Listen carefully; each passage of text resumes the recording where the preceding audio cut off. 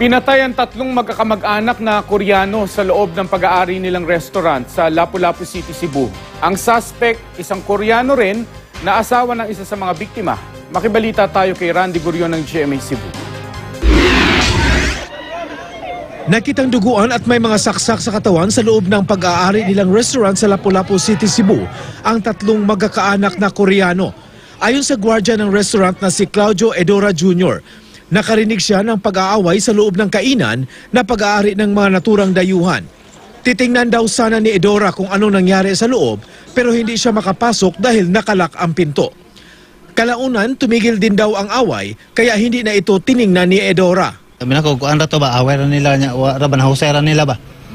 Wa mo pud ingon mo bayan siya gitong mayon. Ang karelyebo ni Edora ni si Sharon Inting ang nakadiskubre sa sitwasyon sa loob ng restaurant.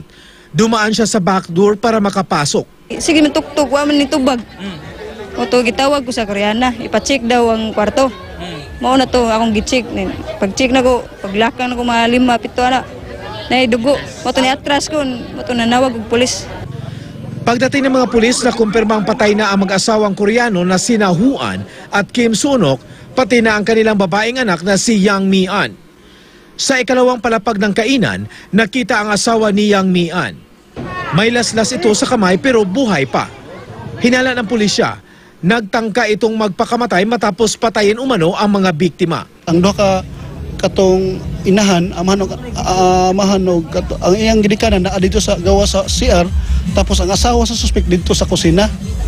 So gisaka nila ang taas dito naabtan sa atong tao, ang katong suspect nga still alive. Ang iyang wounds nga nakita, both hands lang nga nailaslas. Hindi nagbigay ng pahayag ang pamilya ng mga biktima. Ang suspect naman, isinailalim sa liquor at drug test. Maharap siya sa reklamong multiple murder. Randy Gurion, Nagbabalita, Pilipinas.